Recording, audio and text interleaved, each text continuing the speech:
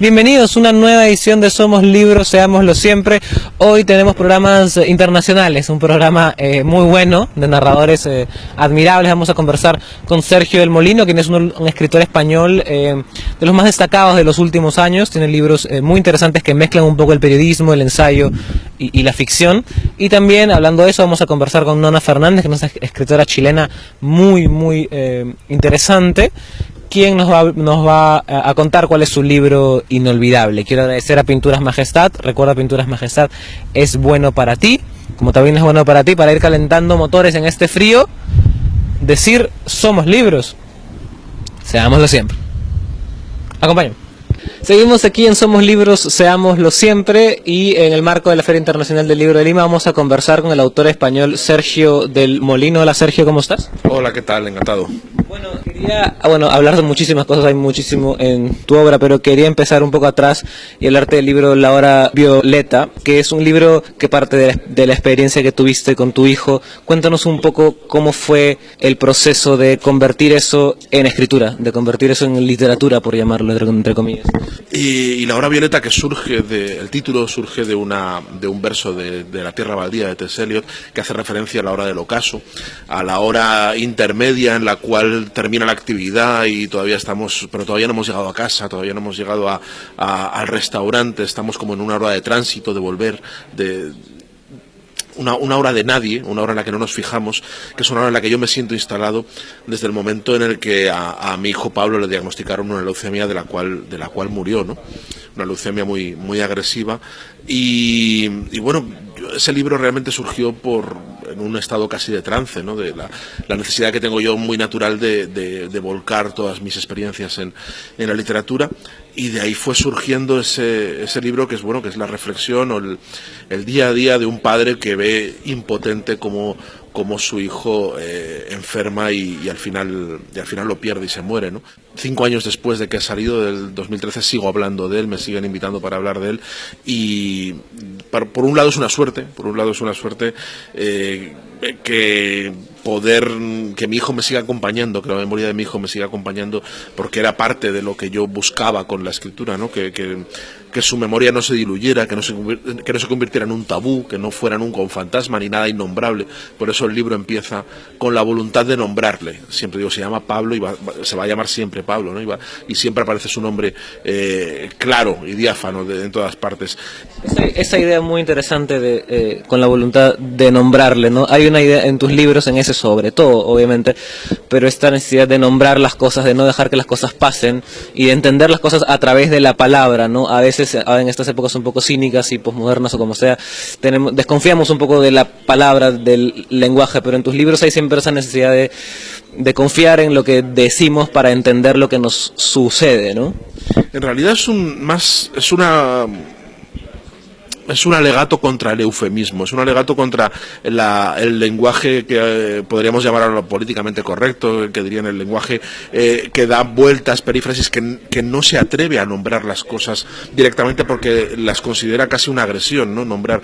Y yo creo que tenemos que recuperar el lenguaje directo, claro, y el no tener miedo a nombrar las cosas por lo que son. Y en el caso de La Hora Violeta, que tenía que ver con la enfermedad y con la muerte, creo que son dos campos que son prácticamente tabúes en la sociedad actual, ¿no? Y que están llenos de eufemismos por todas partes, llenos de palabras a medias, llenos de, no se dice cáncer, se dice una larga enfermedad, se dicen un montón de palabras largas y rebuscadas para evitar nombrar, porque parece que al nombrar, yo creo que eso es una cosa de pensamiento mágico, parece que si nombramos lo que nos da miedo, lo estamos invocando. Entonces, si no lo nombramos, creo que es una reacción muy infantil, es como el niño que se tapa los ojos y entonces dice, bueno, si no lo veo, no existe.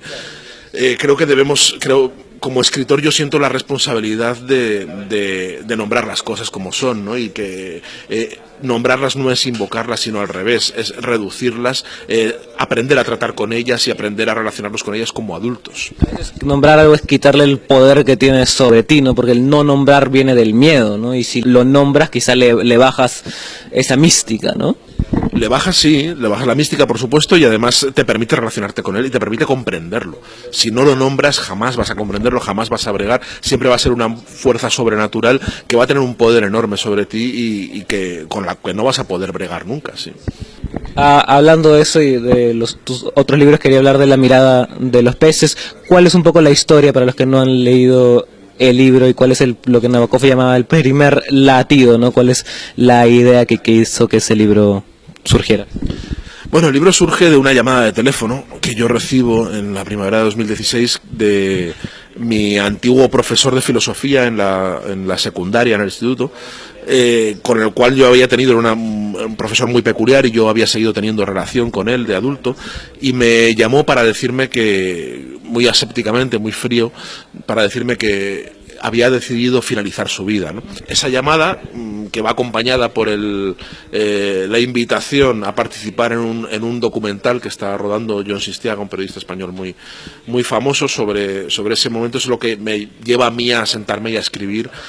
No tanto sobre su figura, no tanto sobre la muerte, no tanto sobre su decisión, no tanto sobre el debate sobre la muerte digna y esas cosas que a él le interesaban tanto, sino lo importante que ha sido su figura en mi vida, qué ha significado, y resarcirme un poco de la culpa que yo sentía por haberlo abandonado, por haberme distanciado de alguien que fue muy importante en mi adolescencia, que me marcó mucho y que yo sentía que no había sido justo con él y que la había en cierta forma maltratado con el paso de los años. Y ese es el punto de partida del libro, ¿no? Me parece interesante también eso que hablas de entender a veces desde la propia experiencia y desde la vida con este profesor, entender todo un momento de un país a partir de la experiencia del yo. Eso es algo que es bastante recurrente en lo que escribes, ¿no? Sí, porque yo creo que lo universal está en lo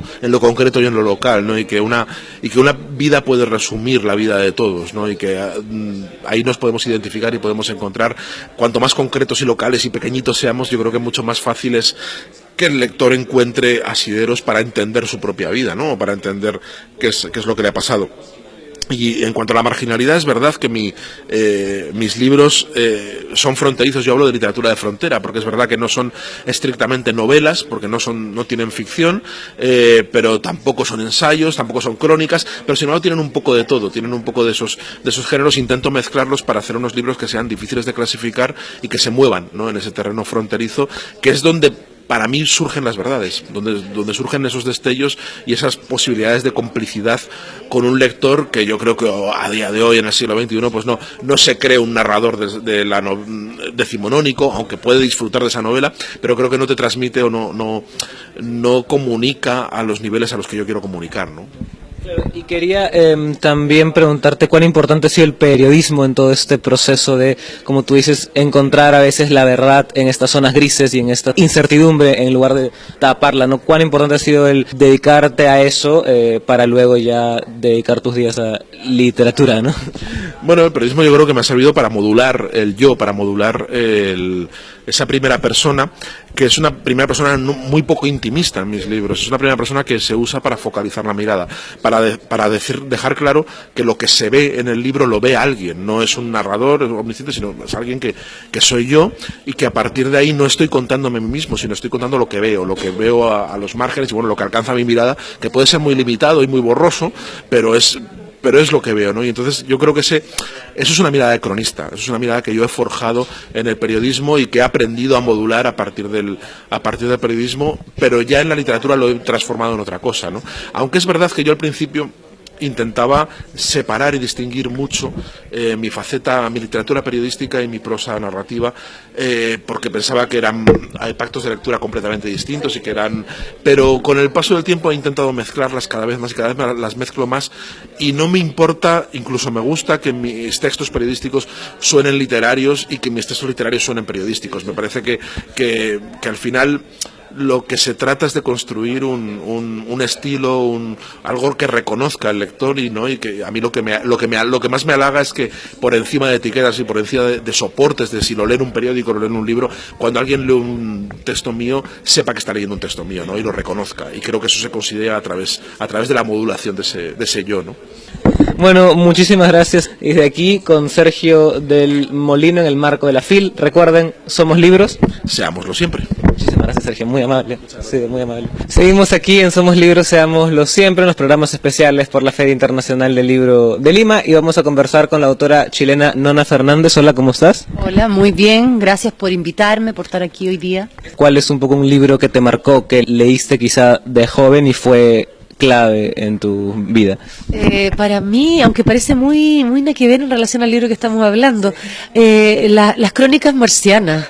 A mí, sí, de Ray Bradbury fue un libro que cuando lo leí siendo adolescente me destapó la cabeza. La posibilidad de ir a Marte, bueno, estamos muy en boga ahora que sabemos que Marte hay agua. Yo creo que las crónicas van a actualizarse sin duda, pero creo que, claro, la literatura tiene esa labor también, que nos transporta y que nos lleva a lugares indescriptibles y lejanos. Y ese libro a mí me encantó. Y hay otro libro que sí tiene mucho que ver con el que escribí, que es A Sangre Fría, de Capote. Ese libro a mí me mató. Siempre he querido escribir A Sangre Fría. Tengo esa deuda conmigo misma. Bueno, muchísimas gracias. Y desde aquí, de la FIL con Nona Fernández, recuerden, somos libros. Y seámoslo siempre. Gracias. Bueno, eso ha sido todo por hoy. Muchísimas gracias a Sergio del Molino, a Nona Fernández, muchísimas gracias a ustedes por vernos, muchísimas gracias a Pinturas Majestad, muchísimas gracias a la Feria Internacional del Libro de Lima por su hospitalidad, al Hotel Los Delfines también. Y pueden vernos, ya saben, en Facebook, está en Somos Libros en Facebook, en CNB en Facebook y en cnbtvdigital.com. Yo, como José María Somos Libros, estoy en Instagram, puedes seguirme ahí, siempre publico cosas chéveres. Y ¿qué más? Ah, verdad, casi me olvido. Recuerda, somos libros, seámoslo siempre. Chao, hasta la próxima.